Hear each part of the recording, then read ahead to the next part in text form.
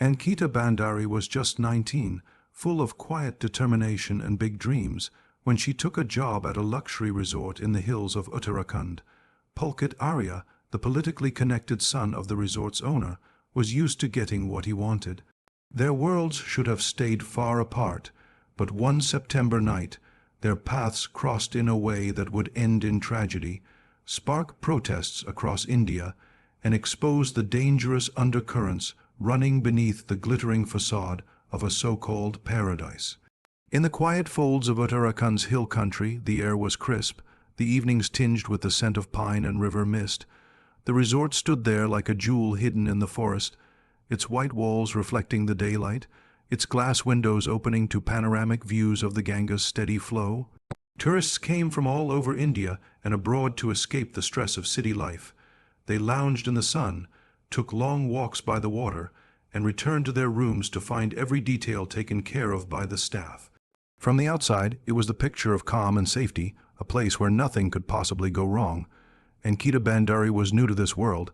19 years old, with the confidence of someone determined to make her own way, she had recently joined the resort as a receptionist. Her family's home was not far, but it was far enough for her to feel the weight of independence on her shoulders. The job was not just a paycheck. It was a step towards her ambitions. She had dreams of further studies, perhaps even starting her own venture one day. For now, she greeted guests with a polite smile, managed bookings, and handled the endless flow of calls and inquiries that came to the front desk. She quickly became known among her colleagues for her efficiency. She was punctual, never hesitated to help a guest, and had the rare ability to diffuse small problems before they became bigger issues. But what most people didn't see was the quiet pressure she was under. The resort's owner was well connected, and many of the senior staff treated him and his associates with nervous respect. There was an unspoken rule: orders from the top were to be followed without question, even if they made little sense or stretched the boundaries of professionalism. Ankita kept her head down and focused on her duties, but she wasn't blind to the undercurrents. She noticed who lingered too long in the lobby, which guests were given special attention, and which requests made the staff uneasy. The resort's remote location added to its beauty but also to its isolation. The nearest town was a long drive away. Mobile networks were patchy, and after nightfall, the forest closed in around the property. It gave the place a charm that guests adored, but for those who worked there, it meant that once you were inside, you were very much cut off from the outside world. Ankita's family worried about her safety, but she reassured them. The guests were polite, the surroundings peaceful, and she believed that if she kept her boundaries clear, nothing would happen to her. Still, there were moments that unsettled her. Late at night, she sometimes heard footsteps in corridors long after guests had retired to their rooms. Occasionally, she caught the lingering smell of alcohol drifting from private areas where no guests were supposed to be. She brushed these things aside as part of working in hospitality, convincing herself they were harmless. Yet beneath the surface, the resort wasn't just a workplace. It was a stage where appearances were carefully managed, and what happened behind closed doors stayed there. What Ankita could not yet see was that this world she had stepped into, so polished and welcoming on the outside, was hiding a darkness that would one day reach for her. The day had begun like any other. Guests drifted through the reception area, asking for directions to local trails or requesting transportation into town. Ankita handled each query with her usual calmness, her hands moving quickly over the register while keeping her voice soft and professional. Outside, the September sun dipped lazily into the horizon, and the shadows of the surrounding hills stretched longer with each passing minute. The resort's lights flickered on one by one, their glow reflecting in the glassy surface of the nearby river. It was the kind of evening that invited peace, but for Ankita, it was about to become a turning point she could never return from. That evening, there was an unusual restlessness among some of the senior staff. People who normally kept to their stations were moving about more than usual, speaking in hushed tones, glancing over at the reception desk as if measuring her mood. She had been aware for weeks of certain remarks, suggestions, and expectations whispered in corridors, the kind that made her stomach tighten. The pressure had grown more pointed lately, and it came from people whose influence stretched far beyond the resort's boundaries. She knew she had been hired for her work, but she also knew there were demands on her that had nothing to do with answering phones or welcoming guests. By nightfall, the lobby was quiet. Guests were dining, and the faint sound of cutlery and laughter drifted from the restaurant. The owner's circle was gathered somewhere deeper in the property, in areas closed off to regular visitors. One of the supervisors approached her with a request that made her pulse quicken. It was framed politely, but the meaning was unmistakable. She was expected to join certain special guests. Later, she refused as she had before, keeping her voice steady but her stance unmovable. Hours later, she was no longer at the reception desk. The details of what happened between her refusal and her disappearance remained tangled in conflicting accounts. Some claimed to have seen her leaving with 3 men, heading in the direction of the main gate. Others said they caught sight of her near the river, arguing with someone whose voice was raised enough to cut through the night air. The CCTV cameras, mysteriously, offered little clarity. Footage from key moments was missing or incomplete. Her absence went unnoticed by most guests. The resort maintained its usual atmosphere, music playing softly in the lounge, the staff continuing their duties. But somewhere within its bounds, events were moving quickly. The car parked near the service eggs. It was gone for several hours that night, returning only after midnight. Those who saw it described its windows as tinted and rolled up tightly, revealing nothing of what might have been inside. By morning, Ankita's room looked undisturbed. Her bag, phone charger, and other belongings were in their usual places.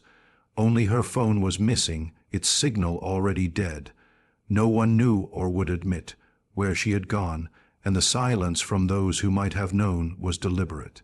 On the surface, it was just another day at the resort, but beneath it, something irreversible had already taken place. When Ankita's disappearance was first reported, the resort management reacted with a strange calm. They told anyone who asked that she might have left on her own, perhaps to visit friends or take a break. It was an explanation that could sound reasonable to those who didn't know her well, but her family and close friends were certain it wasn't true. Ankita was not the kind of person to vanish without telling anyone. She valued communication, especially with her parents, and her phone being switched off was the first sign that something was terribly wrong. Her parents arrived at the resort within hours of learning she was missing. They moved quickly through the lobby, searching for anyone who could give them a straight answer, but every conversation ended in vagueness. Staff members looked uneasy, glancing toward the manager's office before speaking. The owner's absence was notable, and his senior staff kept their responses clipped. There was no official announcement, no call for an organized search. It was as though the matter was being treated as an inconvenience rather than an emergency. The police were called only after persistent pressure from the family. Even then, the initial response felt half-hearted. The resort's connections to local political figures were well known, and there was an unspoken caution in how officers handled the case. Statements were taken, but some details seemed to vanish between what was said and what was written down. The family began to fear that if the truth wasn't uncovered soon, it might never be. Meanwhile, whispers started moving among the resort staff. Housekeepers spoke quietly in storage rooms, and drivers exchanged information at the back entrance. Some claimed they had seen Ankita leaving the property that night in a white vehicle. Others insisted she had been spotted near the riverside, visibly upset, with 3 men standing close to her. The descriptions of those men varied, but a single name kept surfacing: the owner's son. The stories were never told too loudly, and no one wanted to be identified as a source. Fear hung in the air, feeding the sense that something dangerous was being hidden. Investigators began piecing together small fragments of information. The resort's CCTV cameras, which should have provided a clear timeline of Ankita's last movements, had gaps in the recordings. Several crucial hours of footage were missing, particularly from the areas near the main gate and the service exit. The explanation given was a technical fault, but the timing of this malfunction was impossible to ignore. As the days passed without any breakthrough, the public began to take notice. Social media carried the news of the missing young woman, and the details of where she worked added weight to the story. People started asking why a disappearance from a well-known resort was not being treated with urgency. The pressure began to grow, not just on the police but on the resort itself. Behind the polished smiles and polite reassurances, the walls were starting to crack. Something hidden was pressing against them, and soon it would force its way out into the open. The search for Ankita stretched into its third day, and with each hour, the unease in the community deepened. Volunteers scoured nearby paths, riverbanks, and forest trails, calling her name into the still air. The police, now under mounting public pressure, began extending their search radius beyond the resort's immediate surroundings. Officers moved through rocky stretches near the river, their boots crunching over loose gravel, scanning for anything that could offer a clue. The Ganga flowed steadily beside them, calm on the surface but concealing currents strong enough to carry anything far from where it entered the water. It was in a quieter, more secluded stretch of the Chilla Canal that the search took a grim turn. This part of the waterway was narrow and surrounded by thick vegetation, a place where few people ventured unless they had reason. A faint glint beneath the surface caught the attention of one of the searchers. As they moved closer, what had first seemed like debris took on a different shape. The stillness of the scene shattered in an instant. Ankita's body was pulled from the weeds, her clothes clinging to her in the cold water, her face pale under the gray sky. The discovery rippled through the state like a shockwave. News spread in minutes, through phone calls, text messages, and social media posts. Crowds began gathering outside the resort gates, holding banners and shouting for answers. Local television channels sent crews to cover the story live, their cameras capturing the rising anger. People wanted to know how a young woman could vanish from her workplace and end up in a canal miles away, and why the search had taken so long. The post-mortem report brought even more disturbing details. There were signs of a struggle, bruises and marks that spoke of violence. The cause of death was confirmed as drowning, but the injuries suggested she had been attacked before entering the water. Investigators now had confirmation that this was not an accident, nor the act of someone who had simply walked away from her life. It was a killing, deliberate and brutal. As the investigation continued, a clearer picture began to form. Witness statements, combined with call records and fragments of security footage, pointed to a confrontation on the night she disappeared. She had resisted demands that had nothing to do with her job. The people who confronted her were not strangers. They were tied to the resort's inner circle, men who believed their influence made them untouchable. When the argument escalated, she was forced into a vehicle and driven away under cover of darkness. The canal, remote and unlit, became the place where her life was taken and her body discarded. The grief of her family was now joined by the fury of the public. Protests swelled, blocking roads and surrounding government offices. The story was no longer just about Ankita. It had become a symbol of unchecked power and the exploitation of those without protection.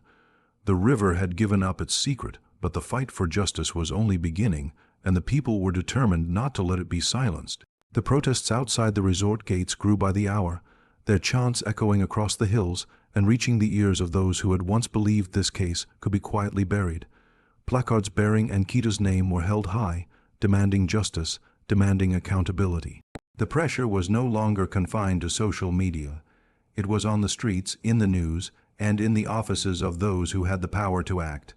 For the police, the shifting tide was impossible to ignore. Every delay now fed public suspicion, every hesitation risked open unrest. Under this mounting scrutiny, the investigation moved faster. Interrogations began in earnest, and the chain of events that led to Ankita's death became harder to hide. Witness statements placed the resort owner's son, along with two of his close associates, in her company on the night she disappeared. Call records placed their phones in the vicinity of the canal around the same time. Gaps in CCTV footage that had been blamed on technical failures now looked deliberate, especially when combined with testimony from staff who admitted being told to forget certain details. When the arrests finally came, they were made in full view of the cameras. The three men, faces partly covered, heads bowed, were led into waiting police vehicles as a crowd surged forward, shouting accusations and curses. For many watching, it was a moment of relief, proof that the crime could not simply be erased through influence. Yet it was also a sobering reminder of how close it had come to being ignored entirely. Without the public outcry, without the persistence of Ankita's family, the investigation might have stalled at the stage of unanswered questions. The confessions that followed painted a grim sequence of events. On that September night, after Ankita refused to comply with demands to entertain certain guests, an argument broke out. The situation escalated, voices rising, tempers fraying. She was forced into a car, driven to the Chilla Canal under the cover of darkness, and pushed into the water. It was quick, brutal, and calculated to leave little trace. They returned to the resort, attempting to carry on as though nothing had happened, confident that their positions would shield them from consequence. The charges filed against them included murder, destruction of evidence, and criminal conspiracy. As court proceedings began, the case drew national attention. Editorials condemned the culture of entitlement and exploitation in certain sections of the hospitality industry, especially in establishments backed by political or financial power. Women who worked in similar roles began sharing their own experiences, some speaking for the first time about pressures and harassment they had faced in silence. The resort itself became a symbol of the case, its gates locked, its once pristine facade now streaked with protest graffiti. It stood as a reminder that beneath polished appearances, corruption and violence could take root. For Ankita's family, justice was a long road still ahead, but her name had become a rallying cry across the country. Her death was no longer just a personal tragedy. It was a turning point, one that forced a reckoning with the abuse of power and the vulnerability of those who dared to resist it.